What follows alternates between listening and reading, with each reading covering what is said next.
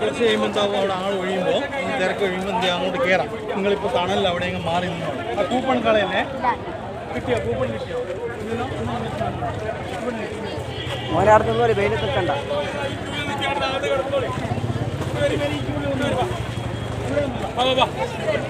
കഴിഞ്ഞതാ ടോക്കൺ കിട്ടിയോ?